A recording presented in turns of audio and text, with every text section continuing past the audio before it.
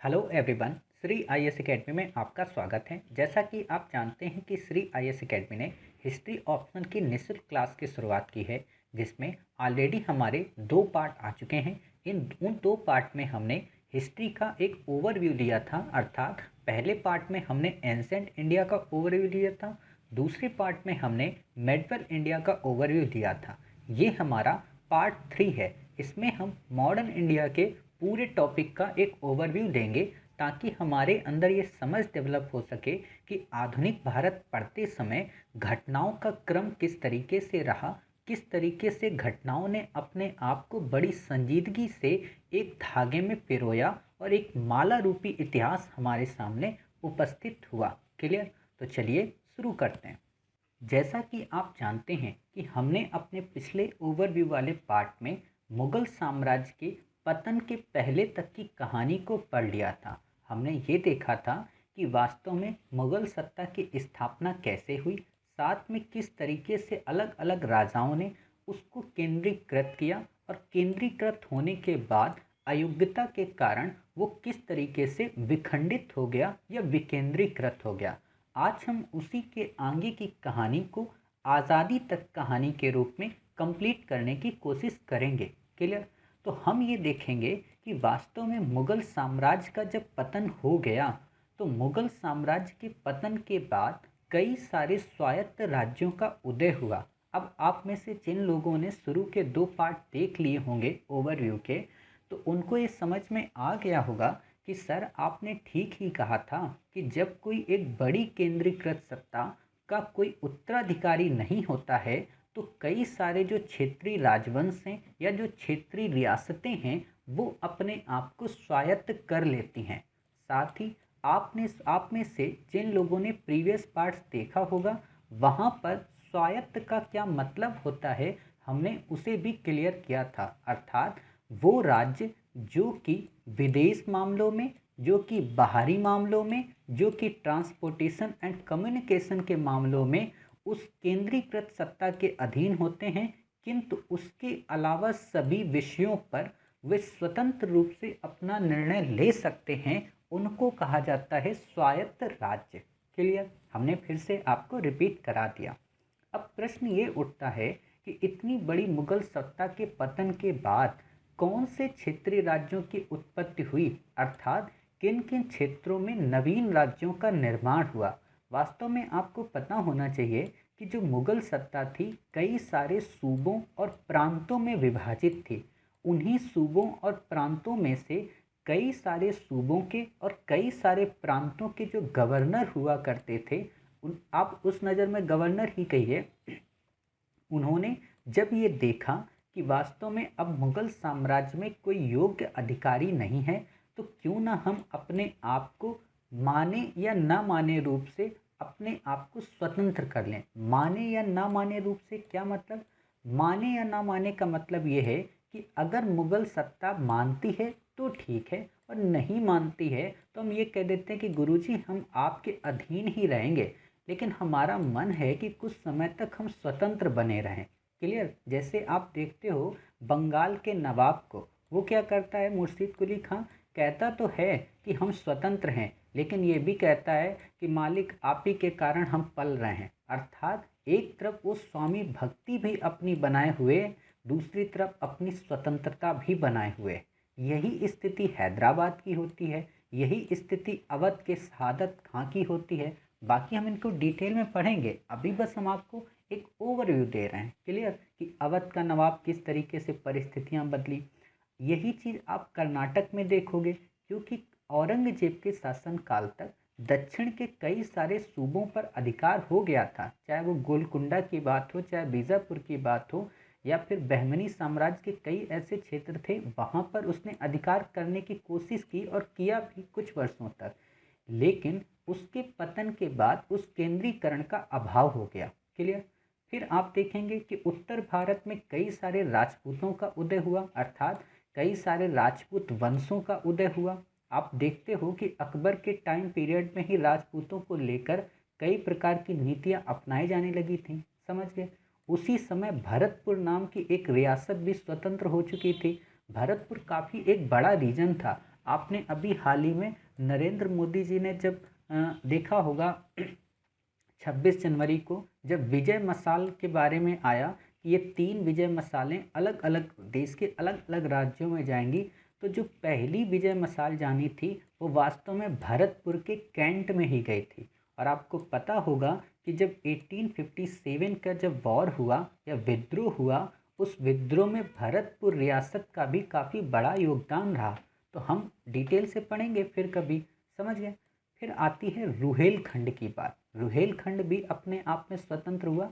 और मैसूर रियासत में पहले आपको पता है एक राजवंश हुआ करता था। उस राजवंश को हटाकर वहीं के एक शासक ने या वहीं के एक सेनापति जिनका नाम हैदर अली था, उन्होंने सत्ता की स्थापना की। इन सबको हम काफ़ी डिटेल में पढ़ेंगे। आप बिल्कुल भी चिंतित और व्यथित मत हों।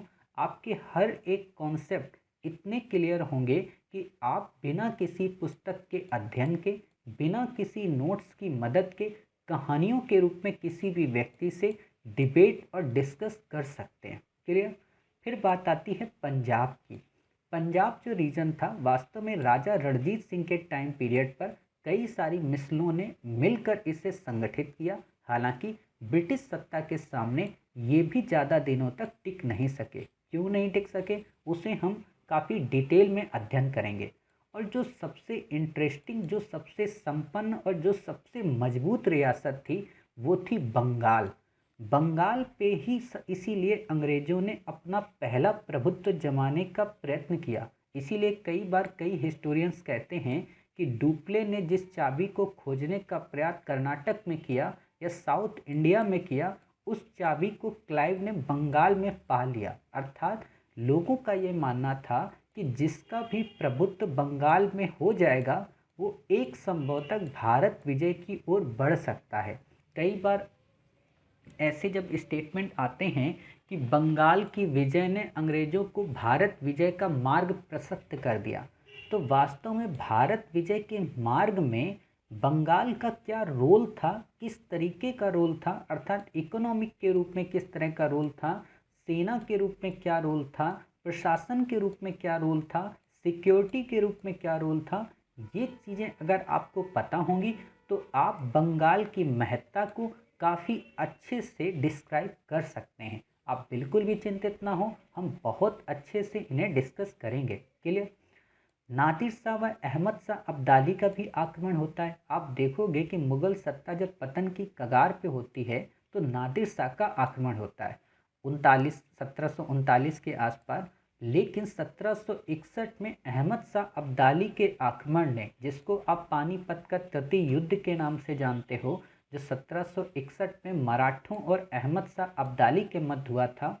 और इस तृतीय युद्ध के बारे में कई सारे इतिहासकार ये कहते हैं कि ये तो नहीं पता था कि पानीपत के तृतीय युद्ध में विजय होने के बाद भारत में कौन शासन करेगा, लेकिन ये तो निश्चित हो गया था कि इसमें जो भी शक्ति पराजित हो जाएगी उससे ये स्पष्ट हो जाएगा कि कौन शासन नहीं करेगा। अर्थात उम्मीद ये लगाई जाती थी कि अगर मराठे पानीपत के युद्ध में विजय हो जाते तो हो सकता है कि अंग्रेजों की प्रभुता को एक तरीके से काफ़ी मजबूती के साथ चुनौती दी जा सकती थी मराठों के द्वारा। हालांकि आप एक प्रश्न और भी पढ़ते हो कि पानीपत के तृतीय युद्ध में मराठों की संजीवनी शक्ति सूखी नहीं थी। अर्थात जब ट्रीटी ऑफ सालबाई होती है अंग्रेजों के साथ में, तो कई सारे हिस्टोरियन ये कहते हैं कि जैसा कि अंग्रेजों को लग रहा था कि पानीपत के तृतीय युद्ध ने मराठों की शक्ति को छीन कर दिया, लेकिन पानीपत के तृतीय युद्ध के बाद मराठों ने जिस प्रकार से अपने आप को फिर से पुनर्जीवित कर लिया, वो वास्तव में उनकी संजीवनी शक्ति को दर्शाती है। संजीवनी शक्ति एक तरीके का आप कह सकते हो सिंबल है। सिंबल आप हिस्ट्री में काफ़ी सारे देखने को आपको मिलेंगे। जैसे संजीवनी शक्ति आपको यहाँ पे मिल रही है, आप बाढ़ की उस लहर की तरह बह गया टीपू सुल्तान में आपको देखने को मिलेगा। आप जब गांधी को पढ़ते हो तो वहाँ पे आपको इस्त्रायण पक्ष की जानकारी मिलेगी। तो इन हम जो सिंबल्स होते हैं इनके मर्म को जब समझ जाएंगे तो वास्तव में हम अपनी कहानी को अच्छे से गढ़ लेंगे। आप देखिएगा कि संजीवनी के बारे में आप कहाँ सुनते हो? संजीवनी बूटी आप सुनते हो जब लक्ष्मण को मेघनाद के द्वारा बर्छी के कारण बेहोश हो जाते हैं, मूर्छित हो जाते हैं, तब हनुमान जी संजीवनी बूटी लेने जाते हैं। क्लियर? और आपको जानकर हैरानी होगी कि केबीसी में एक बार अभिनेत्री सोनाक्षी सिन्हा, हो सकता है देखिए आपकी वो प्रिय होंगी, मैं ये नहीं कह रहा हूँ कि वो मेरी प्रिय नहीं है, मेरा बस उद्देश्य ये है कि हम अपनी संस्कृति के संबंध में अगर इतना भी नहीं जानते तो हम भारत को कैसे जान पाएंगे। केबीसी में अमिताभ बच्चन साहब ने उनसे एक प्रश्न पूछा कि आप ये बताइए कि संजीवनी बूटी हनुमान जी किसके लिए लेकर आए थे। और आप जानकर उस क्लिप में हैरान हो जाएंगे कि उनको कन्फ्यूजन था कि राम के लिए लेकर आए हैं, सुग्रीव के लिए लेकर आए हैं, किसके लिए लेकर आए हैं। और जबकि एक एक व्यक्ति को पता है, खासतौर पर जो धर्म के संदर्भ में इंटरेस्ट रखते हैं, आपको भी पता है कि संजीवनी बूटी बेसिकली लक्ष्मण के लिए लाई गई थी। और उस संजीवनी का काम क्या था कि वो मरे हुए व्यक्ति को जीवित कर सकती थी। समझ गए? तो उसी संजीवनी का जिक्र यहाँ पे एग्जामिनर ने मराठों के पानीपत के युद्ध में कर लिया। समझ गए? अब जब आप हम लोग क्वेश्चन डिस्कस करेंगे ना, तो क्या करेंगे, एक एक क्वेश्चन को, जितने भी क्वेश्चन आए हैं, चाहे पीसीएस में आए हो, चाहे बीपीएससी में आए हो, चाहे यूपीएससी में आए हो, एक एक प्रश्न के एक एक शब्द को काफ़ी बारीकी से एनालिसिस करेंगे और इतनी गहन ओर चले जाएंगे कि जहाँ तक लोग सोच भी नहीं सकते। समझ गए? तो आप चिंतित और व्यथित बिल्कुल मत हो, आप निश्चिंत होकर इस तैयारी के साथ हमारे साथ जुड़े रहें। आपको लगेगा कि शायद आपने पहली बार हिस्ट्री ऐसे पढ़ रहे हो। इतनी फ्रेमिंग, इतना कॉन्सेप्ट और इतनी कथाओं के माध्यम से आपको बिना तथ्य के इतने अच्छे तर्क हो जाएंगे कि आप अपना निष्कर्ष काफ़ी बेहतरीन तरीके से लिख पाओगे। क्लियर? जब हमने ये चीज़ें देख ली कि मुगल साम्राज्य का पतन हो गया, उसके बाद कई सारे स्वायत्त राज्यों का उदय हो गया, लेकिन उसके पहले ही अर्थात अकबर के टाइम पीरियड के समय से ही, या आप कह सकते हो दिल्ली सल्तनत के एंड से ही, वास्तव में भारत में कई सारी कंपनियां आने लगी थी। समझ गए? उन कंपनियों का उद्देश्य था भारत के साथ व्यापार करना। व्यापार का मतलब क्या होता है? व्यापार क्यों करने की बात हुई? आपने जब वर्ल्ड हिस्ट्री पढ़ोगे, इसीलिए कहा जाता है कि आधुनिक भारत समझ में तब ज़्यादा आती है जब कोई पर्सन आपको वर्ल्ड हिस्ट्री के साथ उसको लिंक कर दे। क्लियर? और वर्ल्ड हिस्ट्री के साथ जब कोई पर्सन आपको लिंक करता है तो वास्तव में आप समझ पाते हो कि हाँ, आधुनिक भारत का ये मतलब है। क्लियर? तो हुआ क्या था, वर्ल्ड हिस्ट्री जब आप पढ़ोगे तो आपको एक चीज़ पढ़ने को मिलेगी वहाँ पर, क्या कि 1453 में कुस्तुनतुनिया पर अरबों ने आक्रमण कर दिया था। समझ गए? सॉरी, अरब या तुर्क हैं, कंफ्यूज हूँ मैं वहाँ पे, शायद तुर्कों ने अरबों ने ही आक्रमण किया था।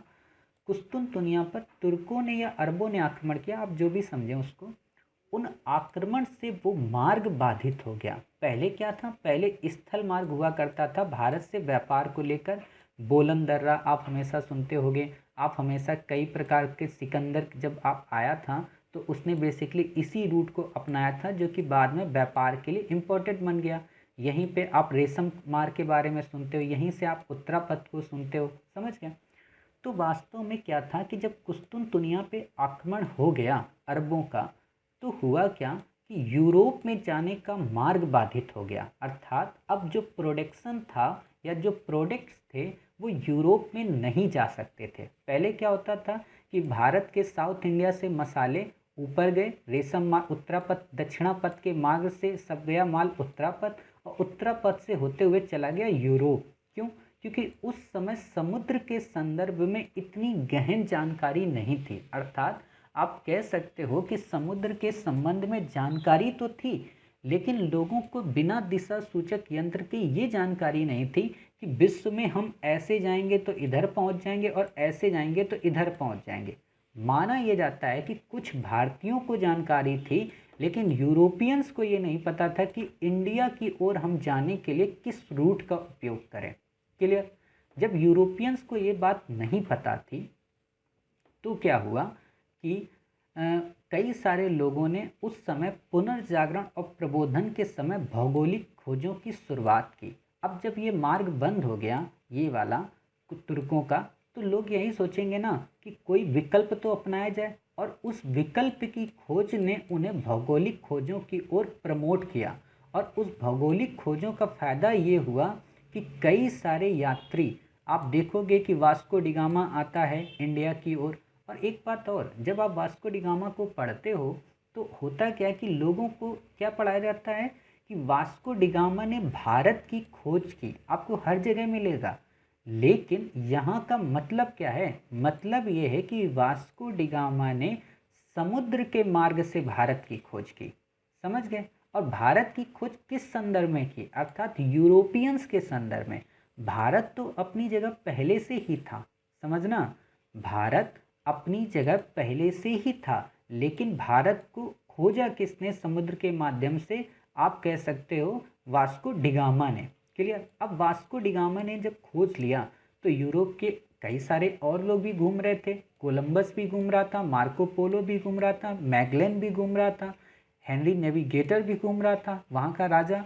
तो ये सब अलग अलग रूट से जब आने लगे तो धीरे धीरे पता चला वास्को डिगामा को कि अच्छा हम यहाँ पे मार्ग पहुँच जाएंगे। अब यहाँ पे कई सारे तथ्य आते हैं कि वो गुजरात के एक व्यापारी अब्दुल मजीद के साथ संपर्क में आकर कोचीन की ओर पहुँचा या कालीकट के तट पे पहुँचा। समझे? ये हमें अभी नहीं पढ़ना है, ये हम पढ़ेंगे जब स्टोरी पुर्तगालियों की हम शुरू करेंगे। पहला टॉपिक हमारा यहीं से होगा। क्लियर? तो जब वो आ जाता है तो आप बताइए, अब वास्को डिगामा को तो पता चल गया, वास्को डिगामा ने यहाँ से सारा माल खरीदा, माल खरीद कर यहाँ से वापस फिर गया और यूरोप में जाकर उस माल को लगभग 60 गुना कीमत पे बेचा। क्लियर? अब जब वहाँ बेच दिया तो बगल वाला जो मोहल्ले का व्यक्ति है उसको लगा होगा, अरे ये वास्को डिगामा 3 महीने से बाहर था, आया इतना माल लेके कहाँ से आया? तो वो जाएगा वास्को डिगामा के घर पे और वास्को डिगामा के बच्चे को एक टॉफ़ी देगा, बोलेगा कि तुम्हारे पापा कहाँ से होके आए हैं? तो वो बताएगा कि नहीं पापा तो अभी कहीं गए थे, नाव वाव अपनी लेके गए थे। अरे बेटा बताओ कहाँ गए थे, हम थोड़ा ना कुछ कहेंगे। तो कहेगा अच्छा पापा बता रहे हैं, आप एक चॉकलेट और दोगे? उसने कहा हाँ चलो हम तुम्हें 2 चॉकलेट देंगे। तो उस बच्चे ने बताया पापा इंडिया गए थे। वो बोला इंडिया गए थे? बोले हाँ। बोला कि और कैसे गए थे? बोला ये नहीं पता मुझे। बोला अच्छा ठीक है। अब वास्को डिगामा जब सब्जी लेने जा रहे थे तो वास्को डिगामा से उस पड़ोसी ने कहा, अरे वास्को डिगामा साहब आप तो अकेले अकेले ही चले गए इंडिया, हमको बताए ही नहीं। अब वास्को डिगामा सन्न कि आखिरकार इसको कैसे पता चला कि मैं इंडिया हो आया, मैंने तो किसी को नहीं बताया कि मैं इंडिया खोज ऐसे कर ली। उसने जाने अनजाने में कहा कि नहीं भाई ऐसी कोई बात नहीं है। अगली बार वास्को डिगामा ने जब अपनी नाव उठाई, मतलब दोबारा, ठीक, तो वो चलने लगा, पीछे से एक दूसरी नाव और आ गई चोरी छिपे, समझ गए? अब ये वास्को डिगामा धीरे धीरे धीरे धीरे जब दूसरी बार इंडिया आ गया तो ये लोग क्या थे, यहाँ पर मेडागास्कर तक रुक गए। इनको पता चल गया अच्छा वास्को डिगामा साहब केप ऑफ गुड होप को यहाँ से क्रॉस करके जाते हैं, ये है इंडिया का रास्ता। तो ये लोग यहीं से वापस हो जाते हैं, समझना, एक सब काल्पनिक कहानी है बस आपको समझाने के लिए। क्लियर? ये यहीं से वापस हो जाते हैं और वापस होने के बाद अपने राजा से कहते हैं भाई साहब मुझे रास्ता पता चल गया है, आप सब लोग चलो और हम लोग वहाँ से खूब सारा माल लाएंगे और इस वास्को डिगामा का व्यापार बंद कर देंगे। तब क्या हुआ कि विश्व के या यूरोप के कई अन्य देशों ने भी अपने अपने नाविकों से कहा कि आप अपने बेड़े उठाओ, बेड़े का मतलब ये होता है अपनी नौका, ठीक है, उसको उठाओ और निकल पड़ो भारत की ओर। और सब निकल पड़े। पहले आ गए पुर्तगाली, पीछे आ गए डच, फिर आ गए अंग्रेज, फिर आ गए डेनिश, फिर आ गए फ्रांसीसी। सबका मकसद एक ही था, भारत से माल खरीदो, उसे दूसरे देश में बेचो या अपने देश में ले जाओ और पैसा कमाओ। इसी चीज़ को वाणिज्यवादी व्यवस्था कहते हैं। कई बार सामान्य अभ्यर्थी को वाणिज्यवादी व्यवस्था का मतलब नहीं होता मतलब नहीं पता होता। तो अब आप समझ गए कि वाणिज्यवाद का मतलब होता है बिना प्रोडक्शन के बस दलाल बन के माल यहाँ से उठाना और वहाँ पे माल को बेच देना। क्लियर? बाकी आप चिंतित ना हो, जब वर्ल्ड हिस्ट्री हम पढ़ेंगे तो वहाँ पे वाणिज्यवाद का एक युग ही है, तो वो पूरा हम पढ़ेंगे, समझ गए? जब इतनी सारी चीज़ें हो गई तो अब आप बताओ कि ये चारों भाई तो थे नहीं, चारों दोस्त तो थे नहीं, चारों एक ही परिवार के मेंबर तो थे नहीं। महत्वाकांक्षा इनके अंदर भी प्रबल थी और सब लाभ के उद्देश्य से जुड़े थे। डचों को लगा कि भाई इंडिया में कंपटीशन ज़्यादा हो गया, यहाँ से निकलो इंडोनेशिया की ओर चलते हैं। पुर्तगालियों को लगा कि यहाँ पे हम अंग्रेज़ों के सामने टिक नहीं सकते हैं। अंग्रेज़ों से कहते हैं बाबूजी हमें बस छोटी सी बस्तियाँ दे दो, हम अपना इसी में गुजारा कर लेंगे। अंग्रेज़ों ने कहा कि भाई साहब हम ही सब कुछ हैं, हम अंग्रेज़ हैं और आप लोग सोच लो यहाँ से या तो बात मान कर निकल जाओ तो अच्छी बात है, नहीं तो दाम दंड भेद हमें सब अपनाने आते हैं। तो डेनिस को दाम दे दिया और कहा कि भाई साहब आप यहाँ से चले जाओ। डेनिस ने कहा ठीक है भाई साहब हम अपना यहाँ से चले जाते हैं। फिर फ्रांसीसी बड़े मक्कार थे। फ्रांसीसी बोले अरे ऐसे कैसे चले जा सकते हैं, तुम्हारे राजा को तो हम सप्तवर्षीय युद्ध में हराते हैं और तुम कह रहे हो हम चले जाएं। और फ्रांस की टसल अंग्रेजों के साथ में वास्तव में अमेरिका को लेकर पहले से ही थी, खासतौर पर कनाडा के प्रदेश को लेकर। तो क्या हुआ कि वो टसल इंडिया में भी देखने को मिले और उस टसल के कारण ही कई सारे वॉर हुए जिनको कर्नाटक युद्ध के नाम से जाना जाता है। कर्नाटक युद्ध नाम क्यों जाना जाता है? क्योंकि बेसिकली कर्नाटक राज्य में ही हुए, कर्नाटक राजा के संरक्षण में हुए, इसीलिए इनको कर्नाटक वॉर कहा जाने लगा। क्लियर? कर्नाटक का मतलब आज का आधुनिक कर्नाटक नहीं, कर्नाटक का मतलब आज के आधुनिक कर्नाटक में थोड़ा सा एरिया तमिलनाडु का, थोड़ा केरला का और थोड़ा हैदराबाद का एरिया शामिल था। समझ गए? इतनी कहानी आप समझ गए। उसमें जीतते कौन है? अंत में आपको पता है अंग्रेज ही जीतते हैं। जब अंग्रेज जीत जाते हैं तो जीतने के पीछे वैसे कई कारण होते हैं, लेकिन एक कारण होता है कि उनका बंगाल में अपना प्रभुत्व स्थापित कर लेना। आप देखते हो कि 1752 में जब बांडीवास की लड़ाई होती है, 1762 में जब बांडीवास की लड़ाई होती तब तक फ्रांसीसियों का प्रभुत्व समाप्त हो जाता है। लेकिन उसके पहले ही अंग्रेज बंगाल में षड्यंत्र के माध्यम से प्लासी का विजय कर लेते हैं और प्लासी की विजय से वो सिराजुद्दौला को मारकर, सिराजुद्दौला को पराजित करके अपने कठपुतली नवाब का गठन करते हैं और वो कठपुतली नवाब उनके लिए काफ़ी लाभकारी हो जाता है। क्लियर? फिर उसके बाद बक्सर का युद्ध होता है। बक्सर का युद्ध क्यों होता है, प्लासी का युद्ध क्यों होता है, ये हम डिटेल में पढ़ेंगे, बस अभी हम यहाँ ये समझ ले रहा है। क्लियर? अब जब बक्सर की विजय वो कर लेते हैं तो वास्तव में कंपनी के पास सारी पावर आ चुकी होती है। बंगाल का नवाब उनके अधीन होता है, मुगल सत्ता उनके अधीन होती है, अवध का नवाब उनके अधीन होता है, क्योंकि सब इलाहाबाद की संधि के तहत अंतर्गत आ जाते हैं। अर्थात आप एक तरीके से सोचो ये इंडिया था, ये बंगाल था एक तरीके का, और लगभग इतना भारत उनके कंट्रोल में आ गया। अर्थात दिल्ली भी उनके कंट्रोल में, अवध भी उनके कंट्रोल में, और नीचे साउथ इंडिया तो आप देख ही रहे थे, कर्नाटक उनके कंट्रोल में आ ही गया। समझ गए? तो इन्होंने यहाँ से क्या किया, अवध को एक आप कह सकते हो बफर स्टेट बनाया। क्यों? क्योंकि यहाँ से मराठों का आक्रमण होना था।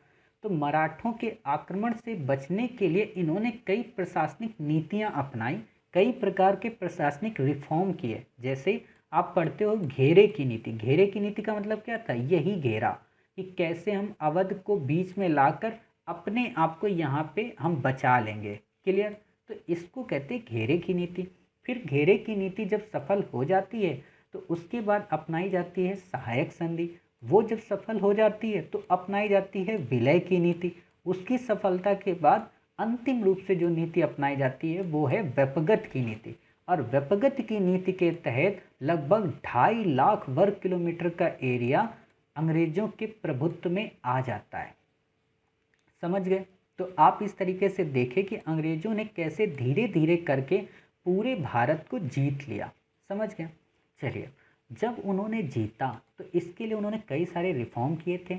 खासतौर पर जो ईस्ट इंडिया कंपनी थी वो व्यापारिक कंपनी थी, उसे प्रशासनिक निकाय बनाए। लेकिन इन निकायों की एक समस्या ये हो गई कि शोषण की प्रवृत्ति इतनी बढ़ गई कि प्रवृत्ति का दमन करने के लिए कई सारे लोगों ने अपने हाथों में हथियार उठा लिया और वो हथियार बनकर उभरा एक क्रांति के रूप में। और वो क्रांति कहलाई 1857 की क्रांति, अर्थात 1857 का प्रथम स्वतंत्रता संग्राम। यहाँ पर मैं आपको एक चीज़ बताना चाहूँगा कि 2017 में प्रकाश जावड़ेकर साहब, जो कि सूचना प्रसारण मंत्रालय के मंत्री हैं, उन्होंने क्या कहा कि जो 1717 में जो पाइक रिबेलियन हुई थी, उन्होंने कहा कि वास्तव में ये भारत का पहला स्वतंत्रता संग्राम था और इसको अप्रूवल दे दिया मोदी जी की कैबिनेट ने। हालांकि कैबिनेट में तो वो भी हैं, प्रकाश जावड़ेकर साहब भी। क्लियर। तो अब आप ये सोच सकते हो कि 1857 के विद्रोह को जब आप प्रथम स्वतंत्रता संग्राम लिखते हो तो वहाँ पर एक लाइन ये भी लिख देना करंट से अपडेट करके कि विगत कई पिछले 2 वर्षों में भारत सरकार ने 1717 के पाइक विद्रोह के 200 वर्षगांठ पर उसे प्रथम स्वतंत्रता संग्राम की संज्ञा दी। हालांकि अभी इस पर निर्णय आना बाकी है। समझ गए। तो एग्जामिनर को क्या लगेगा कि आपने अपडेट होकर मॉडर्न इंडिया को लिख दिया, जो कि अन्य अभ्यर्थियों में अभाव मिलेगा। हालांकि हम पढ़ेंगे तो और कई सारी चीज़ों को करंट से ऐड करते रहेंगे, आप बिल्कुल भी व्यथित मत होना। उसके बाद क्या होता है कि ईस्ट इंडिया कंपनी के शासन को समाप्त कर दिया जाता है एक ड्रामा दिखाने के लिए कि भाई चलो इस नाटक कलाकार को हम हटा दे रहे, दूसरे हम कलाकार को ले आ रहे, और वो दूसरी कलाकार कोई और नहीं थी, वास्तव में ब्रिटेन की क्राउन ही थी। अब उन्होंने कैसे शासन को संभाला ये सब हम डिटेल में पढ़ेंगे। जब अंग्रेज भारत में शासन कर रहे थे तो उनकी कई सारी ऐसी नीतियां थी जिन्होंने भारत के अंदर भारतीयों का जबरदस्त तरीके से शोषण किया। भारतीयों के अंदर की जो ममता थी, उनकी जो करुणा थी, उनकी जो भावना थी, उसको नहीं समझा और वो केवल और केवल निर्दयी और निष्ठुर होकर भारतीयों का शोषण करने लगे। और उसकी सबसे बड़ी उदाहरण है भारतीय इकोनॉमी का शोषण। अर्थात उन्होंने कई नीतियां बनाई स्थायी बंदोबस्त के रूप में, रैयतवाड़ी के रूप में, महालवाड़ी के रूप में, जिससे इकोनॉमी के तहत भारतीयों का शोषण किया जाने लगा। स्थायी का मतलब एक फिक्स रेवेन्यू रखा गया, रैयत का मतलब किसानों से कॉन्ट्रैक्ट किया गया, महाल का मतलब गाँव से कॉन्ट्रैक्ट किया गया। डिटेल में हम पढ़ेंगे, आप चिंतित मत हो। इसके बाद हमने आपको बताया कि जब प्रशासन का रिफॉर्म हुआ तो 1857 का विद्रोह हुआ, लेकिन 1857 के विद्रोह के पहले ब्रिटिशों ने भारत को विजय करने के लिए कई सारे युद्ध किए थे, चाहे वो मराठों के साथ हो, चाहे मैसूर के साथ हो, चाहे पंजाब के साथ हो, चाहे व्यक्तिगत का कॉन्सेप्ट हो। इन सब ने मिलकर वास्तव में 1857 के विद्रोह को प्रमोट किया। कई सारी नीतियां अपनाई, घेरे की, सहायक की, व्यक्तिगत की, विलय की, मैंने बता ही दिया। परिणाम इसका क्या हुआ? परिणाम हुआ 1857 का विद्रोह। साथ ही इसके पहले भी कई सारे छोटे छोटे विद्रोह हो गए थे। जब आप सुमित सरकार को पढ़ते हो तो सुमित सरकार अपनी पुस्तक में, वास्तव में सुमित सरकार की पुस्तक ऐसी पुस्तक है जिसमें जनजाति आंदोलनों को काफ़ी अच्छे से डिस्क्राइब किया गया है। समझ गए। हम वहाँ से आपको कवर करा देंगे, आप बिल्कुल भी व्यथित ना हो। क्यों? क्योंकि वो एक सबल्टन हिस्टोरियन है और हम ये भी आपको पढ़ाएंगे कि सबल्टन हिस्टोरियन का क्या मतलब होता है, इन सबको पढ़ाएंगे, आप चिंतित मत होना। ठीक है। तो उसमें हम देखेंगे कि जनजाति आंदोलनों ने किस प्रकार 1857 के विद्रोह को प्रमोट करने में एक सहायक की भूमिका निभाई। समझ गए। अब वो कई सारे आंदोलन थे, जन आंदोलन, चाहे वो फकीर आंदोलन हो, चाहे सन्यासी विद्रोह हो, चाहे पागलपंथी हो, चाहे बहाबी हो, चाहे कूका हो, इनको हम डिटेल में पढ़ेंगे, अभी लेके नहीं। चाहे रामोशी हो, चाहे वेलुथम्पी हो, चाहे किट्टूर चेन्नम्मा हो, चाहे पाइक हो। आप में से कई सारे लोगों को लग रहा होगा कि सर आपने 1904 इसमें क्यों लिख दिया? क्योंकि पाइक विद्रोह 2 बार हुआ था, एक बार 1817 में, अच्छा मैं 1717 बोल रहा था लास्ट में, वहाँ गलती हो गई, थोड़ा आप उसको सुधार लीजिएगा। 1817 है तभी तो 200 वर्ष में 2017 होगा। समझ गए। मोदी जी 100 साल पहले थोड़ा ना गवर्नमेंट चला रहे थे। तो 1817 में हुआ था और 1904 में भी हुआ था। क्लियर। फिर बात आती, कई सारे जनजाति विद्रोह हुए थे जो कि 3 चरणों में देखे जाते हैं। देखिए, जब ऐसे प्रश्न आपको मिलते हैं ना कि भारतीय जनजाति विद्रोह के बारे में मूल्यांकन करिए और आप पहली लाइन में बता देते हो कि वास्तव में भारत में जनजाति आंदोलन कई चरणों में हुए, प्रथम चरण ये था, द्वितीय चरण ये था, तृतीय चरण ये था, और फिर इनको डिस्क्राइब कर दो, तो आपका उत्तर अन्य की अपेक्षा काफ़ी अलग हो जाता है और काफ़ी मौलिक लगता है। हालांकि जब हम पढ़ेंगे तो वहाँ सब ऐसे ही पढ़ेंगे, कॉन्सेप्ट वाइज। क्लियर।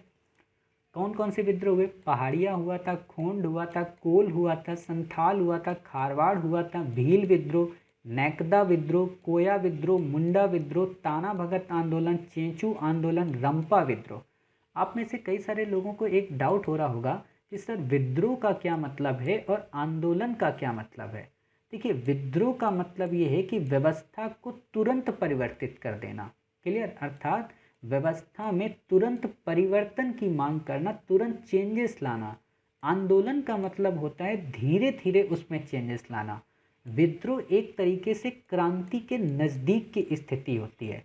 क्रांति और विद्रोह में सामान्य डिफरेंस ये हो जाता है कि क्रांति के बाद पता होता है कि व्यवस्था कैसी लाएंगे, लेकिन विद्रोह के बाद विकल्प नहीं पता होता है कि विकल्प कैसा लाएंगे। समझ गए, बस ये माइन्यूट सा डिफरेंस है, वैसे आपको कहीं मिलेगा नहीं। विद्रोह और क्रांति को लगभग एक ही जगह रख दिया जाता है, लेकिन विद्रोह का मतलब यही होता है, क्लियर। या आप एक और अंतर समझो थोड़ा और डिटेल में, कई सारे हिस्टोरियन ने बताया है कि जो विद्रोह होता है बेसिकली वो किसी एक जन समूह का होता है या किसी एक वर्ग का होता है, और वो अचानक से होता है, समझना। क्रांति जो होती है वो कई वर्गों और कई जन समूहों का परिणाम होती है, जो होती तो अचानक है लेकिन कई लोगों के साथ मिलकर, क्लियर। अर्थात क्रांति आंदोलन के ज़्यादा नज़दीक है। आंदोलन में क्या होता है, उसमें भी काफ़ी बड़ा जन समूह होता है और वो जन समूह मिलकर धीरे धीरे आज़ादी की बात करता है। क्रांति में तुरंत बात होती है, आंदोलन में धीरे धीरे। समझ गए तीनों का अंतर, कि विद्रोह में एक जन समूह होगा, क्रांति में, सॉरी, विद्रोह में एक जन समूह, क्रांति में कई जन समूह, आंदोलन में कई तो होंगे लेकिन स्लो मोशन में, क्लियर। मतलब ये हौले हौले एक तरीके से आंदोलन करते हैं, मतलब हौले हौले अपनी मांगे मानते हैं। अब गाना मत याद करने लगना, क्लियर। ताना भगत आंदोलन, चेचू आंदोलन, रंपा विद्रोह, क्लियर। रंपा विद्रोह काफ़ी फेमस है, फेमस इसलिए क्योंकि जिसने विद्रोह किया था वो वास्तव में आदिवासी था ही नहीं, वो एक पढ़ा लिखा आदमी था, अल्लूरी सीताराम राजू, क्लियर। तो हम उसको ही पढ़ेंगे, प्रीलिम की दृष्टि से काफ़ी इंपॉर्टेंट है, चर्चा में भी था कई वर्षों से। तो वो तो हम लेट्स क्रैक की सीरीज में काफ़ी अच्छे से एक एक टॉपिक कवर करा देंगे। आप चिंतित मत हो किसी चीज़ को, आपकी जीवन की सिक्योरिटी हमने ले ली है, खासतौर पर यूपीएससी की, क्लियर। फिर आता है खांसी विद्रोह, अहोम विद्रोह, नागा आंदोलन। नागा आंदोलन के बारे में आप जानते हो, रानी गैडिल्यू के बारे में, तो वो हम डिटेल से देखेंगे। फिर आता है भारत में एजुकेशन का विकास कैसे हुआ, अर्थात 1813 के बाद से किस तरीके से अंग्रेजों के द्वारा 1 लाख शिक्षा में देने के बाद कैसे कई सारे एक्ट आए, चाहे वो डिस्पैच हो, चाहे आप हेस्टिंग्स आयोग हो, कई सारे आप देखोगे, चाहे मैकाले समिति हो, समझ गए, या सैडलर आयोग है या हंटर आयोग हो, उनको हम पढ़ेंगे। भारतीय समाचार पत्रों का क्या इतिहास रहा, कौन से भारतीय समाचार पत्र थे, कौन से विदेशी थे, भारतीयों में भी वर्नाकुलर कौन से थे। वर्नाकुलर का क्या मतलब होता है, कई बार आप लोग कन्फ्यूज रहते हो ना। वर्नाकुलर का मतलब होता है देसी भाषा में, देसी का मतलब लोकल लैंग्वेज आपकी। जैसे एक तो हो गया भाषा जो है हमारी हिंदी है, ठीक है, उर्दू है, ये हो गया। लोकल का मतलब बंगाली में मान लीजिए हो गई वो लैंग्वेज, ठीक है, मान लीजिए उड़िया में हो गई, मान लीजिए आप कह सकते हो कि गुजराती में हो गई, ये लोकल लैंग्वेज ये हो गई वर्नाकुलर। इसीलिए आप देखोगे वर्नाकुलर एक्ट आता है लिटन के टाइम पीरियड पे, उसको भी हम पढ़ेंगे क्यों आया था। जब ये सारी चीज़ें हो जाती हैं तब भारत में सामाजिक व सांस्कृतिक जागरण होता है। आपको मैंने ऑलरेडी बताया है कि जब जब युग बदलता है, जब जब कोई नई समस्या, जब जब कोई नया समाज के नए विचार भारत में इंटर करते हैं, तब तब समाज के अंदर से एक आंदोलन की ज्वाला मुखर होती है, जो उस पूरे मूवमेंट को चेंज करने की कोशिश करती है। अर्थात भारत की परंपरा, भारत की संस्कृति, भारत के नीति नियम, भारत के धर्म को सजोने का प्रयत्न करती है, कि ताकि जो भारतीयता है वो अक्षुण्ण बनी रहे, क्लियर। तो वही आंदोलन यहाँ पे हुए, कई सारे आंदोलन, कई सारे रिफॉर्म हुए। इनको सामाजिक आंदोलन क्यों कहा जाता है, क्योंकि समाज की समस्याओं से संबंधित थे। सांस्कृतिक क्यों कहा जाता है, क्योंकि कल्चरल रिफॉर्म में थे। जागरण क्यों कहा जाता है, क्योंकि पहले ऐसी कोई व्यवस्था थी नहीं, अर्थात पहले महिलाएं बराबर थीं, उनके साथ ऐसा भेदभाव नहीं होता था। अर्थात ऋग वैदिक काल की जो महिलाएं थी उनकी उन्नत अवस्था के बारे में यहाँ पर चर्चा की जाती है, इसको जागरण कहते हैं। बाकी डिटेल में पढ़ेंगे। ब्रह्म समाज रूपी संस्था आती है राजा राम मोहन राय की, प्रार्थना समाज आता है महादेव गोविंद रानाडे का, आर्य समाज आता है स्वामी दयानंद सरस्वती का, रामकृष्ण मिशन आता है आप देखते हो स्वामी विवेकानंद साहब का। आप फिर कई सारे विदेशी देखोगे, यंग बंगाल आंदोलन डेरेजियो का, थियोसॉफिकल सोसाइटी अल्काट की, जिससे एनी बेसेंट जुड़ी होती हैं, कई सारे मुस्लिम सुधार आंदोलन होते हैं, अलीगढ़ आंदोलन होता है, सैयद अहमद खान, देवबंद आंदोलन, अहमदिया आंदोलन, फिर निम्न जाति भी आंदोलन होते हैं, चाहे वो वाइकोम सत्याग्रह हो, किसान विद्रोह होते हैं, कई आंदोलन भी होते हैं। समझ गए, ये सारी चीज़ें हम पढ़ते हैं। फिर कई सारे जो विद्रोह हैं किसानों के, जैसे नील विद्रोह हुआ, पाबना हुआ, दक्कन हुआ, मोपला हुआ, फड़के हुआ, ये भी काफ़ी इम्पोर्टेंट हम पढ़ेंगे। किसानों के आंदोलन क्यों हुए, वास्तव में शोषण के कारण, लगान के कारण, फसलों के कारण, तो उनको हम डिटेल में देखेंगे। 20वीं सदी में भी कई किसान आंदोलन हुए, चंपारण हुआ, खेड़ा हुआ, अवध किसान सभा की स्थापना हुई, बारदोली सत्याग्रह हुआ। होता क्या है कि जब आप लोग कभी इंडिपेंडेंट क्वेश्चन लिखते हो ना, और आपसे प्रश्न पूछा जाता है कि 19वीं शताब्दी के किसान आंदोलनों की विवेचना करें, तो आप उसमें चंपारण भी लिखाते हो, खेड़ा भी लिखाते हो, बारदोली भी लिखाते हो, जबकि ये सब 20वीं सदी के किसान आंदोलन है। या आपसे जब कभी इंडिपेंडेंट रूप से 20वीं सदी के आंदोलन पूछे जाते हैं, तो आप अपने में पुराने पेपर्स को लिखाते हो। तो इसी चीज़ से बचने के लिए हमने इनको एक फ्रेम में कर दिया कि 20वीं सदी के भाई साहब अलग हैं, 19वीं सदी के अलग हैं। क्लियर। फिर आता है तेभागा आंदोलन, ये सब हम डिटेल से पढ़ेंगे। अखिल भारतीय किसान सभा जो स्वामी सहजानंद सरस्वती के नेतृत्व में बनाई गई, और आपको पता है यूपीएससी ने प्रीलिम में इस पर प्रश्न भी पूछा है। भारत का मजदूर आंदोलन काफ़ी इंपॉर्टेंट है, ऑलरेडी इस पर यूपीएससी ने क्वेश्चन पूछा है, वीपी वाडिया को लेकर, मजदूर संघ को लेकर। कम्युनिस्ट पार्टी की स्थापना मानवेंद्र नाथ राय को लेकर इस पर क्वेश्चन पूछा है। कैसे कम्युनिस्ट पार्टी ने 1923 के बाद से इंडियन पॉलिटिक्स में अपना एक योगदान देने की शुरुआत की, कैसे 1942 में अपने आप को बैकफुट में ले आई। ये कई सारे रीज़न हैं, हम उनको पढ़ेंगे, आप टेंशन मत लें। भारतीय राष्ट्रीय आंदोलन की जब मुख्य बात करते हैं तो वास्तव में वो 3 चरणों से होकर गुजरता है। 1885 टू 1905 एडी, यानी कि उदारवादी चरण जिसको बोलते हैं, जिसमें दादा भाई नौरोजी, गोपाल कृष्ण गोखले सरीखे लोग होते हैं, जो याचना, विवेचना और आप कह सकते हो कि मांगों के अनुरूप या सुधारवादी रवैये के अनुरूप अपनी मांगें अंग्रेजों से मनवाते हैं। 1905 से 1919 का जो चरण आता है वो उग्रवादी होता है, जिसमें लाल बाल पाल, अरविंद घोष का नाम आप सुनते हो। 1990 से 1947 के मध्य गांधीवादी चरण आता है, क्लियर, जिसमें गांधी अपने नीति नियम और सिद्धांतों और रचनात्मक कार्यों के माध्यम से भारत को आज़ादी दिलाने की कोशिश करते हैं। अभी मैंने एक वर्ड बोल दिया था, लाल बाल पाल। कई सारे एस्पायरेंट को हो सकता है ना पता हो कि लाल का मतलब क्या है। लाल का मतलब लाला लाजपत राय, बाल का मतलब बाल गंगाधर तिलक, पाल का मतलब विपिन चंद्र पाल, और अरविंद घोष तो हैं ही, क्लियर। लेकिन कांग्रेस की स्थापना क्यों हुई, कांग्रेस की स्थापना के कारण क्या थे, अंग्रेजों ने क्यों सहयोग किया, ये सब हम पढ़ेंगे।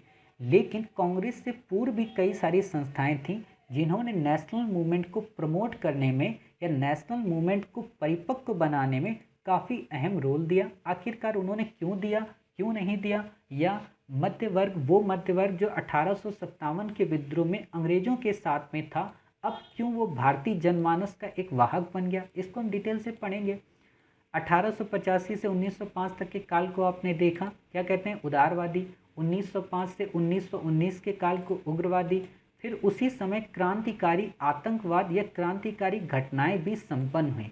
आप में से कई सारे लोगों को लग रहा होगा सर आपने आतंकवाद वर्ड क्यों लिया। इस आतंकवाद वर्ड को मैंने नहीं लिया है, बल्कि भगत सिंह ने अपनी ही डायरी में आतंकवाद शब्द का उपयोग किया है। साथ ही जब उन्होंने कोर्ट में अपनी तरजीह दी तो वहाँ पे इन्होंने आतंकवाद वर्ड को यूज किया।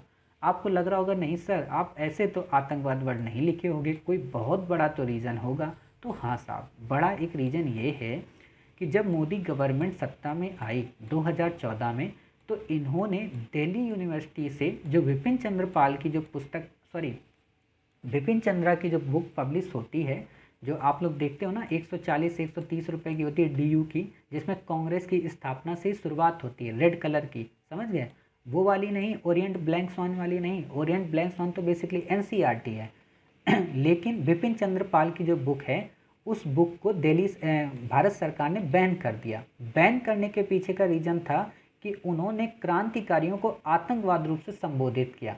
4 वर्षों की कोर्ट में लड़ाई के बाद फिर से वो बुक पब्लिश होने लगी है, इसीलिए मैंने आपको ये वर्ड बताया इतने डिटेल से, क्लियर। बात में आता है भारत से बाहर क्रांतिकारी गतिविधियाँ। आप गदर पार्टी देखते हो, कई सारे अन्य आंदोलन देखते हो, समझ गए। फिर होता है बंगाल विभाजन। हालांकि बंगाल विभाजन पहले की घटना है, यानी कि उदारवादी चरण में ही, तो वहाँ हम पढ़ते हैं।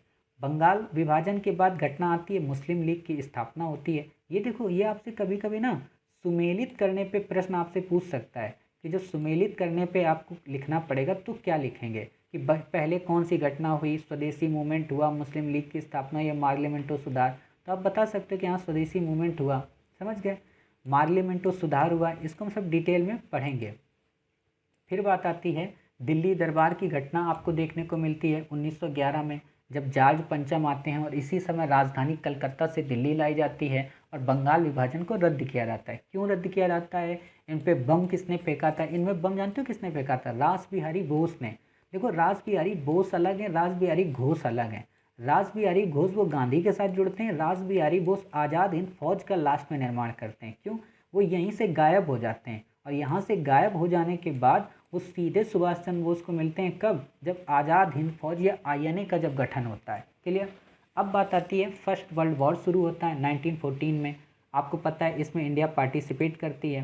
कामागाटा मारू प्रकरण की बात आती है। क्लियर? लखनऊ समझौता होता है। लखनऊ पैक्ट में क्या होता है कि जो पृथक निर्वाचन है उसमें मुस्लिम लीग के साथ गरमपंथी और नरमपंथी एक साथ आते हैं और मुस्लिम लीग के पृथक निर्वाचन की जो बात है उसको मान लिया जाता है। इसकी अध्यक्षता अंबिकाचरम मजूमदार दास करते हैं। काफ़ी डिटेल से पढ़ेंगे, इसका एक अपना मेजर रोल है, खासतौर पर जब आप 1929 की नेहरू रिपोर्ट पढ़ते हो तब।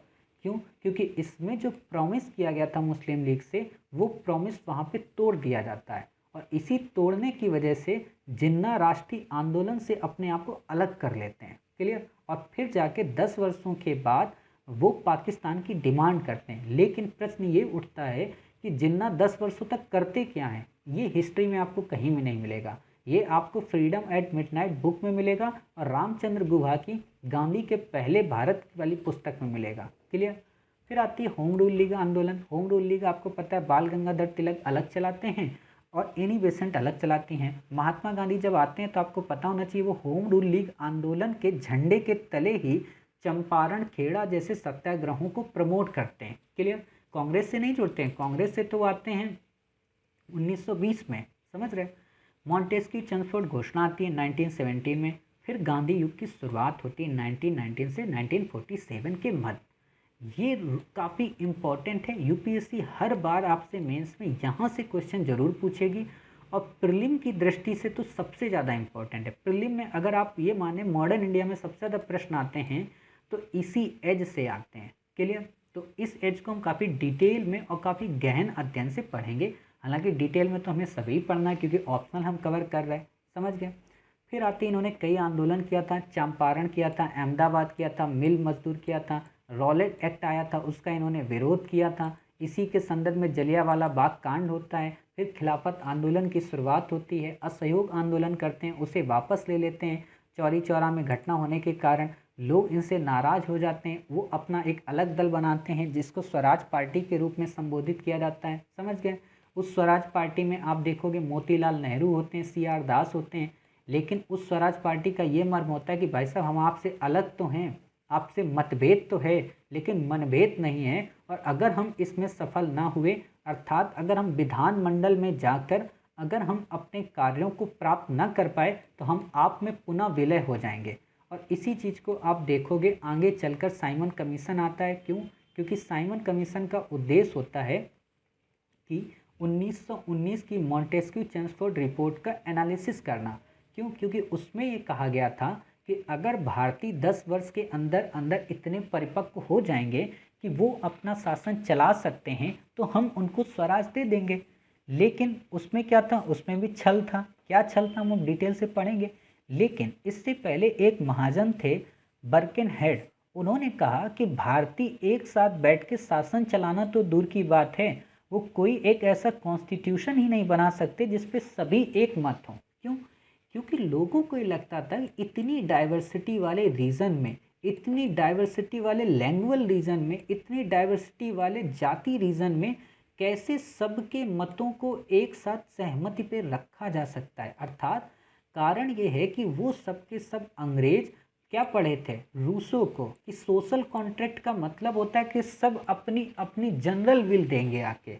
लेकिन उनको लगता था कि इंडिया वाले कहाँ से अपनी जनरल विल देंगे। लेकिन ये सौभाग्य है हमारे देश का ये सौभाग्य है उन युग निर्माताओं का, ये सौभाग्य है उनके उस पुरुषार्थ का जिन्होंने अंग्रेजों के मुंह पर ऐसा तमाचा मारा कि नेहरू रिपोर्ट में उन्होंने साबित कर दिया कि इंडिया न केवल अपना कॉन्स्टिट्यूशन बना सकता है बल्कि अपने पीपल्स के हर एक लोगों का हित साध सकता है, अर्थात हम डाइवर्सिटी में भी यूनिटी को रिप्रेजेंट कर सकते हैं। और नेहरू रिपोर्ट ने वास्तव में, वो तो रिपोर्ट खारिज हुई या नहीं खारिज हुई ये एक अलग घटना है, लेकिन नेहरू रिपोर्ट ने यह साबित कर दिया कि इंडिया एक यूनिटी के तहत आ सकता है, अर्थात इंडिया में हर व्यक्ति कंधे से कंधा मिलाकर एक कॉन्स्टिट्यूशन का निर्माण कर सकता है, अर्थात हर एक व्यक्ति अपनी सरकार, अपनी डेमोक्रेसी पे बिलीव कर सकती है, वो शोषण के इस दमनकारी चरित्र से अपने आप को मुक्त कर सकती है। नेहरू रिपोर्ट कोई एक सामान्य रिपोर्ट नहीं थी। जब हम नेहरू रिपोर्ट को पढ़ते हैं तो हम सामान्य रूप से पढ़ लेते हैं, लेकिन उसके प्रोविज़न बेसिकली आने वाले कल के संविधान की आधारशिला थी, और वास्तव में वो आधारशिला थी जिससे कहीं ना कहीं 1935 का भारत शासन अधिनियम, कहीं ना कहीं साइमन कमीशन और कहीं ना कहीं जिन्ना के द्वारा बनाया गया पाकिस्तान का संविधान प्रेरित था। समझ गए? इसीलिए नेहरू रिपोर्ट की अपनी एक महत्ता है, हम उसको काफ़ी डिटेल में पढ़ेंगे, आप बिल्कुल भी चिंतित ना हो। लेकिन जब नेहरू रिपोर्ट में हुआ क्या, जैसा मैंने अभी आपको बताया कि लखनऊ समझौते में क्या हुआ था, लखनऊ समझौते में पृथक निर्वाचन की मांग को स्वीकार कर लिया गया था, लेकिन नेहरू रिपोर्ट में पृथक निर्वाचन की मांग को खारिज कर दिया गया। इससे जिन्ना नाराज हो गए और जिन्ना की नाराजगी ने उनको एक 14 सूत्री अपनी मांगे मानने को मजबूर कर दिया, और वो 14 सूत्री मांगे क्या थी उन्हें हम डिटेल से देखेंगे। लेकिन नेहरू रिपोर्ट को प्राथमिकता देने के लिए भारतीयों ने फिर से कांग्रेस का एक अधिवेशन बुलाया, जिसे लाहौर अधिवेशन के रूप में जाना जाता है। और लाहौर अधिवेशन में ये निश्चित हुआ कि नेहरू रिपोर्ट हमारे कॉन्स्टिट्यूशन का बेस बनेगी। अगर ये ब्रिटिशर्स नेहरू रिपोर्ट को एडॉप्ट करते हैं, उसके तहत हमारी मांगों को मानते हैं, तो कोई बात नहीं, हम उनका साथ देंगे, हमें वो केवल स्वराज दे दें। लेकिन अगर वो नेहरू रिपोर्ट को भी नहीं मानते, नेहरू रिपोर्ट में की गई हमारी मांगों को स्वीकार नहीं करते, तो हमें फिर स्वराज नहीं चाहिए, हमें पूर्ण स्वराज चाहिए। आप सोच सकते हो कि महत्वाकांक्षा भी कितनी प्रबल थी, अर्थात महत्वाकांक्षा इतनी प्रबल थी कि उसने जो स्वराज की डिमांड कर रहे थे उन्होंने कहा स्वराज मत दो, कोई बात नहीं, हम पूर्ण स्वराज अब लेंगे। और सोचो, इसी पूर्ण स्वराज के संकल्प ने 1930 में ये साबित कर दिया कि देश हमारा गणतंत्र होगा, और पहली बार हमने स्वतंत्रता दिवस मनाया, जिसको 26 जनवरी के रूप में आप जानते हो। क्लियर? 26 जनवरी की मूल प्रासंगिकता बेसिकली यहीं से थी। और आप देखोगे 26 जनवरी को स्वतंत्रता दिवस हमारी उम्मीद भी थी मनाने की, लेकिन लॉर्ड माउंटबेटन की महत्वाकांक्षा और उनके जीवन की वो 15 अगस्त की तारीख की महत्ता ने भारत को 15 अगस्त को ही आज़ाद कराया। आज़ाद क्यों कराया? क्योंकि 15 अगस्त को ही लॉर्ड माउंटबेटन ने जापान को आत्मसमर्पित कराया था सेकेंड वर्ल्ड वॉर यानी कि 1945 में। क्लियर? तो वो चाहता था कि ये डेट हमारे लिए काफ़ी इम्पोर्टेंट है। जैसे कई सारे लोग होते हैं ना, अपनी शादी की सालगिरह, अपने बर्थडे की सालगिरह, सॉरी बर्थडे की सालगिरह, हाँ कह सकते हो, फिर वो क्या करते हैं, सिलेक्शन की सालगिरह, उन सबको मनाते हैं। तो वही चीज़ उनके लिए भी फेमस थी। समझ गए? फिर बात आती है लाहौर का जब अधिवेशन हो जाता है, उसमें पूर्ण स्वराज की बात आ जाती है, लेकिन अंग्रेज़ तो अंग्रेज़ नहीं मानने वाले। उन्होंने सविनय अवज्ञा आंदोलन फिर भारतीयों ने शुरू कर दिया। बोले बेटा अब तो मानोगे, उन्होंने कहा नहीं मानेंगे। गांधी ने कहा ठीक है मेरी 11 सूत्री मांगे मान लो। इरविन ने कहा बिल्कुल नहीं मानने वाले। गांधी ने कहा ठीक है मैं डांडी मार्च निकालूंगा। डांडी मार्च का मतलब नमक कानून तोड़ना था। नमक कानून, आप सोच सकते हो कि आखिरकार गांधी ने नमक को ही क्यों चुना। नमक को चुनने के कई सारे रीजन थे। एक तो ये ऐसी वस्तु थी जिसका कानून तोड़ने के लिए खुद अंग्रेजों की बेइज्जती होती। दूसरी चीज़ कि अंग्रेज भारत के इतने बड़े कोस्टल रीजन को कैसे सेना से कवर कर पाते, तो गांधी को पता था नमक तो कोई भी तोड़ देगा।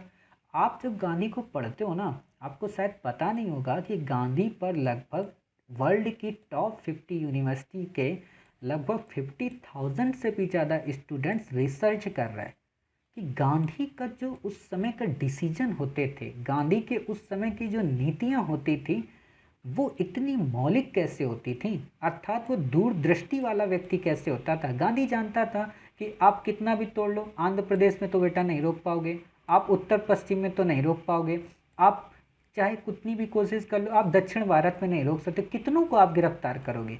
उसने जेलों को एक तरीके से आप समझ सकते हो घर बना दिया था। कोई भी व्यक्ति पूछा कि तुम्हें जेल में डाल देंगे, अंग्रेज कहते थे, अंग्रेज बोले जेल में डाल देंगे, भारतीय बोले अरे बिल्कुल सर ले चलो हमें। मतलब जेलों को एक तरीके से आप कह सकते हो श्रृंगार के रूप में सुशोभित कर दिया था कि जो व्यक्ति जेल 3 साल रहकर आएगा वो महान आदमी है, और जो व्यक्ति जितने दिन ज़्यादा देर जेल में रहेगा वो उतना ही अच्छा है। क्यों? क्योंकि अंग्रेजों की रोटियां तोड़ रहे बैठ के। सबसे मजे की बात, मतलब आप सोचो कि जो भय था लोगों के अंदर जेल का, उस भय से मुक्त कर दिया, यही गांधी था। तो हम आगे देखेंगे गांधी को कभी। फिर आता है गोलमेज सम्मेलन होता है। गोलमेज का मतलब क्या होता है, कई बार एस्पायरेंट कंफ्यूज रहते हैं। बेसिकली ये एक ऐसी गोल मेज हुआ करती थी, और इसमें सब लोग जब बैठ जाते थे किनारे किनारे, जब आप देखते हो ना मोदी जी कैबिनेट मीटिंग जब करते हैं तो सब के सब बैठ जाते हैं आसपास, तो वो भी एक तरीके की गोल मेज होती है। हालांकि अब डिज़ाइन की वजह से उस मेज को चेंज कर दिया गया है, अब वो मेज बेसिकली ऐसे हो जाती है। क्लियर? तो गोल मेज क्या मतलब था, यहाँ पे सब गोल मेज के किनारे किनारे से लोग बैठते थे, इसीलिए इसे गोल मेज कहा गया। सम्मेलन क्यों कहा गया? क्योंकि इसने साइमन कमीशन की रिपोर्ट पर चर्चा करनी थी, उनके प्रोविजंस पे चर्चा करनी थी, इसीलिए इसे गोलमेज सम्मेलन कहा गया। वास्तव में 3 चरणों में हुआ था, प्रथम गोलमेज, द्वितीय गोलमेज और तृतीय गोलमेज। प्रथम गोलमेज के बाद जब अंग्रेजों को लगा कि वास्तव में गांधी आया ही नहीं, पहले अंग्रेजों को लगा कि अरे कांग्रेस नहीं आएगी तो क्या दिक्कत है, हम कांग्रेस के बिना ही अपनी कहानी गढ़ लेंगे, लेकिन उनको पता है कि वास्तव में कांग्रेस ही भारत थी। तो कांग्रेस ही भारत थी, इसके लिए गांधी से मान मनव्वल किया इरविन ने कहा कि ठीक है भाई साहब, आपकी जो 11 मांगे थी उनमें हम कुछ मांगे मान लेंगे, लेकिन कुछ नहीं मांगेंगे। उनमें से भगत सिंह की फांसी की मांग उन्होंने नहीं मानी थी। इसको लेकर काफ़ी ज़्यादा कंट्रोवर्सी रहती कि गांधी ने भगत सिंह को बचाया ही नहीं, क्योंकि वो नहीं चाहते थे भगत सिंह फेमस हो जाएं। तो इस पर कभी हम डिटेल में अध्ययन करेंगे कि तथ्य क्या है, तार्किकता क्या, सत्य क्या है। फिर द्वितीय गोलमेज सम्मेलन में गांधी जाने को तैयार हो जाते हैं, और आपको पता होना चाहिए द्वितीय गोलमेज सम्मेलन में ही गांधी जब पहुंचते हैं वहाँ पे किंग्सवे हॉल, वहाँ के किंग्सवे कैंप आप सुनते होंगे, आप में से जो लोग मुखर्जी नगर के आसपास दिल्ली में रहते होंगे तो वहाँ पे आप सुनते हो ना किंग्सवे कैंप, तो वो किंग्सवे हॉल वहीं से चर्चा में लिया गया। तो वहाँ पे गांधी जी ने जब वहाँ गए तो वहाँ का एक दृश्य है, पिक्चर मैं आपको कभी सेंड करूँगा, उसमें धोती में थे। तो कहा जाता है कि वो अर्धनंगा फकीर जब किंग्सवे हॉल की गलियों से जब निकल रहा था तो लग रहा था कि सच में कोई भारत निकल रहा है। क्यों? वो ऐसे क्यों गए थे? वो ऐसे इसलिए नहीं गए थे कि उनका कपड़े ही नहीं थे, इसलिए गए थे कि दुनिया की न्यूज़पेपर उनको कवर करेंगे। दुनिया के न्यूज़पेपर अगर उनसे पूछेंगे बाबूजी आप इतने कम कपड़े क्या पहने हो, तो बताएंगे वैसे हमारे घर में तो गरीबी है और शोषण तो आप जैसे लोग ही कर रहे हो। मतलब गांधी के हर एक चाल चलन और चरित्र, तीनों में गांधी का शोषण का चरित्र वो दर्शा देते थे कि अंग्रेज इतने शोषणकारी हैं। समझ रहे हो? मतलब वो भारत, मतलब गांधी को आप कह सकते हो एक तरीके का भारत ही थे, इसीलिए उन्होंने अर्धनंगे फकीर की तरह रहने लगे। फिर आप देखोगे पुनः द्वितीय अब सविनय अवज्ञा आंदोलन शुरू करते हैं। क्यों शुरू करते हैं? क्योंकि द्वितीय गोलमेज सम्मेलन में उनकी कोई मांग मानी ही नहीं जाती। समझ गए? अंग्रेज तो अंग्रेज थे, उन्होंने कहा ठीक है बेटा अब हम एक सांप्रदायिक पंचायत लॉन्च करते हैं। सांप्रदायिक पंचायत का मतलब ये था कि जो पृथक निर्वाचन 1909 में मुसलमानों को दिया गया, जो पृथक निर्वाचन 1919 में कई सारे राजाओं को और कई सारे रियासत के लोगों को दिया गया, सिखों तक को दिया गया, अब उसी पृथक निर्वाचन को इन चीज़ों से ऊपर उठाकर जातियों में भी बांट दिया जाए, अर्थात दलितों को भी दे दिया जाए। क्लियर? लेकिन गांधी का ये मानना था, अंबेडकर का तो मानना था कि हाँ दिया जाए, लेकिन गांधी ये चाहते थे कि पृथक निर्वाचन वास्तव में भारत में दलितों की स्थिति को अच्छा नहीं करेगा। इसीलिए गांधी ने इस चीज़ का विरोध किया, और फिर मदन मोहन मालवीय के साथ अंबेडकर साहब ने समझौता किया, उसे पूना समझौता कहा जाता है। क्यों? क्योंकि ये पूना की यरवदा जेल में ही ये समझौता हुआ था। फिर आता है तृतीय गोलमेज सम्मेलन। इस पे जो रूल्स एंड रेगुलेशन बनकर निकलते हैं वो 1935 के भारत शासन अधिनियम का आधार बनते हैं, जिसमें संघीय व्यवस्था की बात की जाती है। और भारत में कई बार प्रांतीय चुनाव होते हैं जिसमें कांग्रेस मंत्रिमंडल 7 राज्यों में अपनी सरकार बना पाती है। ठीक है, लेकिन वो अपना त्यागपत्र दे देती है 1939 में। क्यों? क्योंकि लिनलिथगो ने बिना इनके परमिशन के सेकेंड वर्ल्ड वॉर में भारतीयों के शामिल होने की बात कर दी थी। क्लियर? फिर इससे पहले हालांकि एक छोटा सा इंसिडेंट होता है त्रिपुरी संकट, त्रिपुरी संकट में क्या था कि महात्मा गांधी चाहते थे कि उनके जो प्रतिनिधि हैं पट्टाभी सीतारमैया वो कांग्रेस के अध्यक्ष बने, जबकि सुभाष चंद्र बोस चाहते थे कि मैं ही बनूं। हालांकि सुभाष चंद्र बोस 1938 में बन चुके थे, लेकिन उन्होंने सोचा एक बार और बन जाते हैं। बट गांधी ने कहा कि भाई पट्टाभी सीतारमैया की हार मेरी हार है, लेकिन सुभाष चंद्र बोस उनका सम्मान करते थे गांधी जी का, इसीलिए उन्होंने त्रिपुरी से अपने आप को अवॉइड किया और यहाँ से वो इंडिया की राजनीति से आउट हो जाते हैं और बाहर से अर्थात बाहरी रूप से या आप कह सकते हो कूटनीतिज्ञता का या ग्लोबलाइजेशन का या डिप्लोमेटिक पावर की मदद से इंडिया को आज़ाद कराने की कोशिश करते हैं। समझ गए? इंडिया के अंदर से आज़ाद कौन करा रहा है? गांधी, नेहरू, सरदार पटेल। इंडिया के बाहर से कौन करा रहा है आज़ाद? सुभाष चंद्र बोस, रास बिहारी बोस या कई सारे अन्य क्रांतिकारी। कभी हम डिटेल में पढ़ेंगे जब पर्सनैलिटी की सीरीज में सुभाष चंद्र बोस को डिटेल में देखेंगे। फिर आता है कांग्रेस समाजवादी पार्टी की स्थापना। आप देखते हो कि कांग्रेस बेसिकली राजनीतिक कामों को कर रही होती है, तो सामाजिक समस्याओं पर इतना ध्यान नहीं दे पा रही थी, तो इसीलिए एक ये अलग पार्टी बनाएगी, कांग्रेस समाजवादी पार्टी। इसका मुख्य काम यही था कि सोशल इश्यूज़ को टैकल किया जाए, साथ ही जो देसी रियासतों में रहने वाले जो लोग हैं उन लोगों को लोकतंत्र की भावना से प्रेरित किया जाए, जिस कारण वहाँ पर प्रजामंडलों की शुरुआत हुई और कई प्रकार के प्रजामंडल आंदोलन भी हुए। क्लियर? आपसे कभी प्रश्न पूछा जा सकता है कि प्रजामंडल का संदर्भ है देसी रियासतों से। क्लियर? द्वितीय विश्व युद्ध शुरू होता है, राष्ट्रीय आंदोलन यानी कि 1939 एक कदम आगे बढ़ता है। अगस्त प्रस्ताव आता है। अगस्त प्रस्ताव वास्तव में किसका प्रस्ताव था? वही लिनित्गो का, कि हम आप सबको सेकेंड वर्ल्ड वॉर में पार्टिसिपेट कराना चाहते हैं। लेकिन उसी समय मुस्लिम लीग अलग हो जाती है, वो अपनी डिमांड अलग करने लगती है कि हमें पाकिस्तान दो, और 1940 में पहली बार पाकिस्तान की मांग आती है। हालांकि 1932 के आसपास रहमत अली ने, या आप कह सकते हो कि पाकिस्तान के निर्माता, मैं भूल गया अभी याद आ जाएगा मैं बता दूंगा, कि हाँ अल्लामा इकबाल, उन लोगों ने पाकिस्तान की बात की थी। पाकिस्तान बेसिकली 5 शब्दों से मिलकर बना है या 5 क्षेत्रों को, कि पंजाब, बलूचिस्तान, ये जो स्तान का एरिया बलूचिस्तान से है, ठीक है ना, और का से शायद थोड़ा कन्फ्यूजन है, तो आप देख लेना क्या है, मैं उसको बताऊंगा कभी। ठीक है, तो पाकिस्तान की ऐसी मांग हुई थी। फिर आता है व्यक्तिगत सत्याग्रह। जब गांधी को लगा कि सेकेंड वर्ल्ड वॉर का टाइम पीरियड चल रहा है और सेकेंड वर्ल्ड वॉर के टाइम पीरियड में हम आंदोलन मुखर रूप से नहीं कर सकते, हमारे आंदोलन को दबा दिया जाएगा, तो उन्होंने विनोबा भावे को चुना पहले सत्याग्रही के रूप में, दूसरे पंडित जवाहरलाल नेहरू को चुना और कहा कि आप गांव-गांव में जाकर, जैसे आज होता है ना कि एमपी गांव को गोद लेंगे, उसी तरीके से गांव-गांव में जाकर व्यक्ति दर व्यक्ति उनको ये प्रमोट करो कि वो सत्याग्रह के मर्म को समझें और देश को आज़ाद कराएं।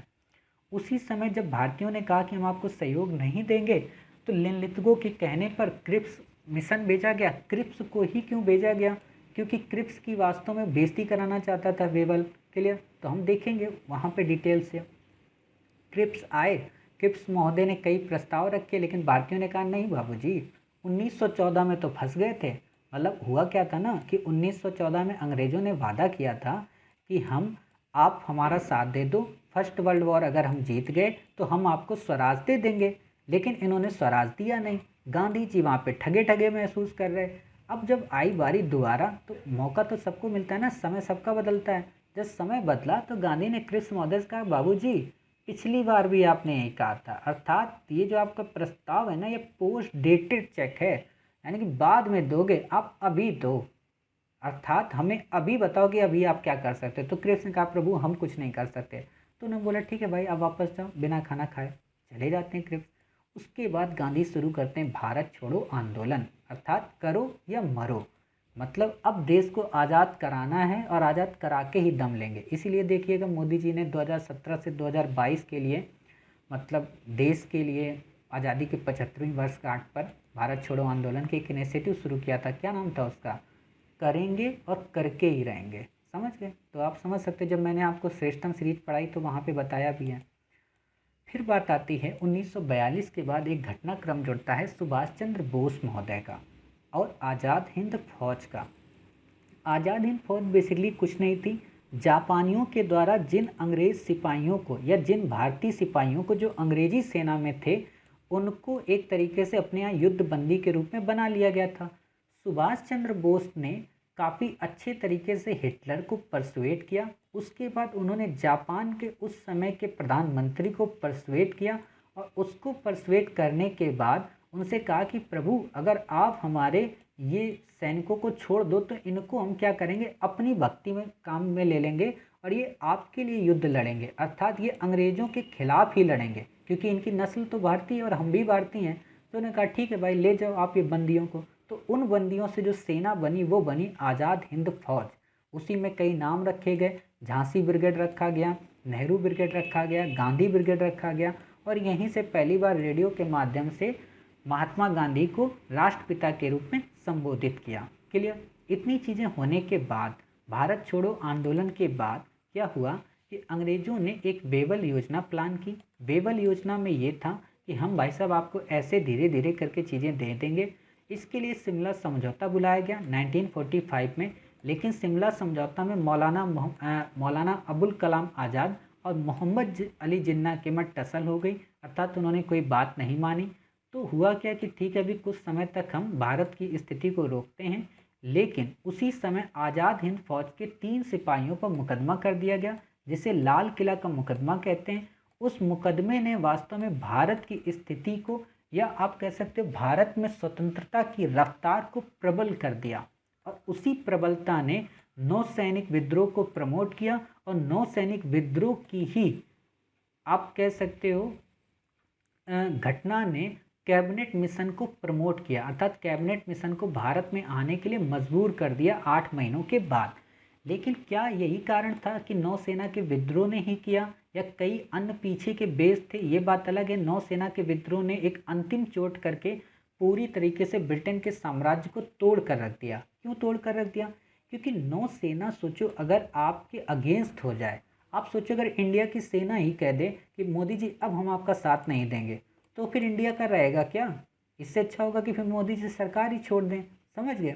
अर्थात जिसके दम पर उनका साम्राज्य टिका था उसी ने कह दिया कि अब हम साथ नहीं देंगे। ये स्थिति बिल्कुल वैसी ही थी जैसे सिकंदर के सैनिकों ने कहा कि बाबूजी अब हम थक गए हैं, अब हम वापस जाना चाहते हैं अपने घर, मुझे मम्मी की याद आ रही। क्लियर? तो वही चीज़ इनके साथ हो गई। इन्होंने कहा कि अब हमारे अंदर राष्ट्रभक्ति जग गई है, हम आपकी गुलामिता की इन बेड़ियों को नहीं पकड़ेंगे। समझ गए? उसी समय अंतरिम सरकार का गठन होता है। अंतरिम सरकार का गठन क्यों होता है? क्योंकि 1945 में चुनाव हो चुके होते हैं, तो उसमें अंतरिम सरकार बनती है। अंतरिम सरकार का क्या मतलब होता है? अंतरिम सरकार का मतलब होता है आज़ादी के पहले तक टेम्परेरी जो सरकार है उसे हम कहते हैं अंतरिम सरकार। क्लियर? यानी कि आज़ाद भारत पे चुनाव, ये तो निश्चित हो गया था देश अब आज़ाद होगा ही कुछ ना कुछ, तो उसके पहले की जो सरकार बनाएगी वो बन गई अंतरिम गवर्नमेंट। उसी समय कैबिनेट मिशन के बाद 1947 में एटली महोदय, क्योंकि वहाँ पे सरकार बदल जाती है, वहाँ पे कंजर्वेटिव पार्टी की जगह लेबर पार्टी आ जाती है, तो एटली की गवर्नमेंट ने डिक्लेयर कर दिया 1947 की फरवरी में कि हम भारत को 1948 के पहले पहले आज़ाद कर देंगे। क्लियर? 28 जून 1948 के पहले पहले। और उसी समय माउंटबेटन को भेज दिया जाता है कि आप जल्द से जल्द भारत को आज़ाद करके वहाँ से अपना बोरिया बिस्तर जितना सामान पड़ा है वो सब ले आइए। माउंटबेटन आते हैं, लेकिन इनकी कहानी के बारे में लॉरी लर्पियंस ने फ्रीडम एट मिडनाइट में इतना बढ़ा चढ़ाकर कह दिया है कि लॉर्ड माउंटबेटन एक जादूगर था जिसने 3 महीनों के माध्यम से अपनी छड़ी के द्वारा पूरे भारत को आज़ाद कर दिया। क्लियर? लेकिन हम देखेंगे कि इसमें कितनी प्रासंगिकता है, कितनी अतिशयोक्ति है, क्योंकि वही लॉर्ड माउंटबेटन है जिसकी जिद और जिसके जुनून ने काफ़ी सारे लोगों को अपने परिवारों से विलग कर दिया, काफ़ी सारे दंगों को प्रमोट कर दिया।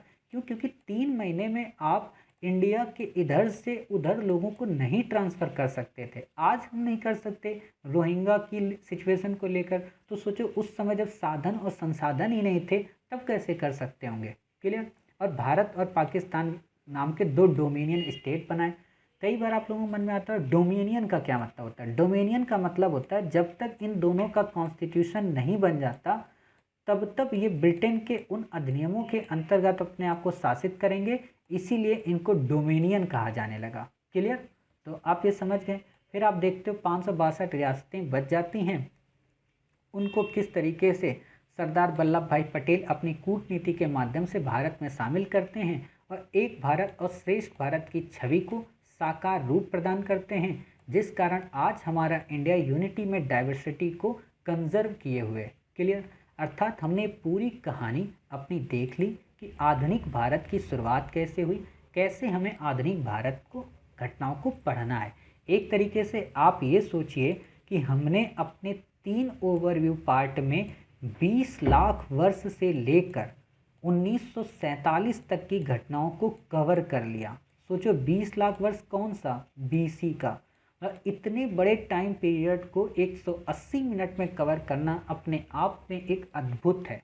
आप इस फ्रेम को अपने साथ निकलवा लें या तो आप इनको लिख लें, आपके लिए न केवल ये प्रीलिम में काम करेगा बल्कि मेंस की दृष्टि से काफ़ी इम्पॉर्टेंट है। आपको अगर ये घटनाएं याद रहती हैं तो आप अपने उत्तर को अच्छे से अच्छे लिख सकते हैं। क्लियर? अब हम क्या करेंगे कि मॉडर्न इंडिया में आपको यूरोपियों के आगमन से पढ़ाएंगे जो हमारा सिलेबस का पार्ट है ऑप्शनल का, और एंशिएंट इंडिया में हम आपको क्या करेंगे बताइए, पुरातात्विक स्रोत से पढ़ाएंगे। समझ गए? अब हमने अपनी पूरी पृष्ठभूमि पढ़ ली है, अर्थात अब हमने पूरी अपनी प्रियम्बल पढ़ ली है। अब हमें नित्य अपने कॉन्स्टिट्यूशन को लिखना है अलग अलग पार्ट में। क्लियर? तो उम्मीद है आपको काफ़ी अच्छे वीडियो लगे होंगे। हमने इसकी पीडीएफ ऑलरेडी शेयर कर दी है, आप हमारे टेलीग्राम चैनल से नीचे दिए गए लिंक के माध्यम से जुड़ सकते हैं। वहाँ पे हमने इसकी पूरी पीडीएफ शेयर की है। साथ ही हमारी जितनी भी क्लासेज होंगी उनकी सब आपको पीडीएफ मिलेंगी। क्लियर? तो आप बिल्कुल भी चिंतित ना हो। मिलते हैं अपने पार्ट 1 एंशिएंट इंडिया के साथ में, मिलते हैं अपने पार्ट 1 मॉडर्न इंडिया के साथ में। तब तक अपना ख्याल रखिए और स्वस्थ रहिए।